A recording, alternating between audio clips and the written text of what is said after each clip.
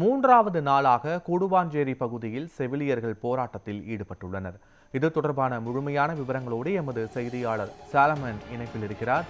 சாலமன், கிட்டத்தட்ட 3 நாட்களாக செவிலியர்கள் பல்வேறு கட்ட கோரிக்கைகளை வலியுறுத்தி போராட்டத்தில் ஈடுபட்டு வருகிறார்கள். அரசு சார்பிலோ அதிகாரிகள் யாரேனும் பேச்சுவார்த்தை நடத்துவதற்கு தயாராக இருக்கிறார்களா? தற்போதைய கள சூழல்கள் தான் என்ன?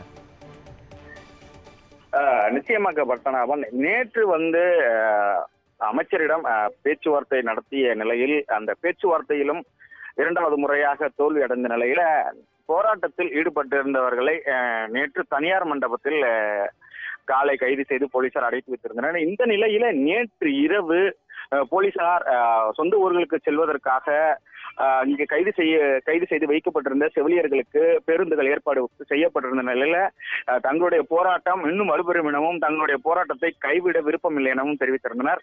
இந்த நிலையில நேற்று இரவு அவர்கள் தங்கியிருந்த அந்த மண்டபத்தின் வாயிலில் காவல் இருந்த காவல்துறையினர் அங்கிருந்து முற்றிலுமாக கூண்டோடு வெளியேறி சென்றதால் அந்த நேரத்தில் பரபரப்பு ஏற்பட்டது. குறிப்பாக நேற்று இரவு அவர்கள் தங்கியிருந்த அந்த திருமண மண்டபத்திலிருந்து அவர்கள் வெளியேற்றப்பட்ட நிலையில கிளாம்பாக்கம் பேருந்து நிலையத்தில் நேற்று இரவு தஞ்சமடைந்தனர்.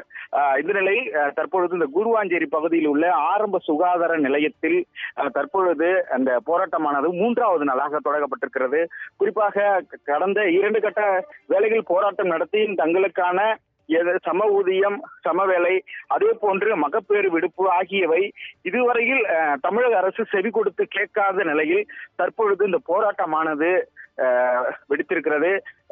பல்வேறு கட்ட போராட்டங்கள் நடத்தியும் தங்களுடைய கோரிக்கைகளை அரசு ஏற்காத நிலையில் அரசு ஏற்கும் வரை தங்களுடைய இந்த போராட்டமானது தொடரும் என தற்பொழுது இந்த போராட்டத்தில் ஈடுபட்டுள்ள செவிலியர்கள் தெரிவித்துள்ளனர். பத்மநாபன், விவரங்களுக்கு நன்றி சாலமன்.